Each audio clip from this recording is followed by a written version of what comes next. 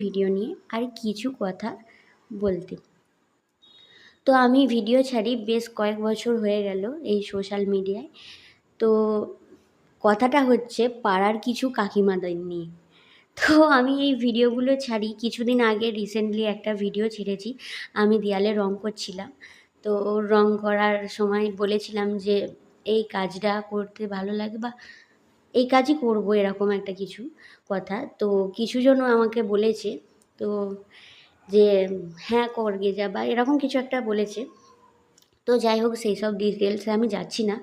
তাদের উদ্দেশ্যে একটা কথা বলছি যে আমার মোবাইল রিচার্জটা কিন্তু তারা করে দেয় না। আর আমি তাদের খেয়ে পড়ে থেকে নিই যে তারা আমাকে এরকম আমার নামে এরকম কথা বলবে। তো কথাগুলো যাদের বলা হয় সেই কথাগুলো কিন্তু আমার কান অবধি আসে। আমি বলি না বলে এই নয় যে যে যা পারবে বলে যাবে। আর সবথেকে বড় কথা, আমার পরিবারে মানে আমার ফ্যামিলির কেউ কিচ্ছু বলে না। আমার শাশুড়ি মা বলে ভিডিও কর, বাবা কিছু বলে না। আমার হাজব্যান্ডও কিছু বলে না। আমার হাজব্যান্ড আরও উৎসাহ দেয়, অনেক কিছু ভিডিও করার জিনিস কিনে দিয়েছে।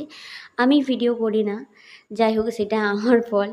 তো কাকিমা, তোমাদের উদ্দেশ্যেই বলছি, কিছু বলার দরকার নেই। আমার ফ্যামিলির লোক যখন কেউ কিছু বলে না, তো তোমাদেরও কিছু বলার দরকার নেই। তোমাদের কোনো রাইট নেই যে আমাকে নিয়ে বলার।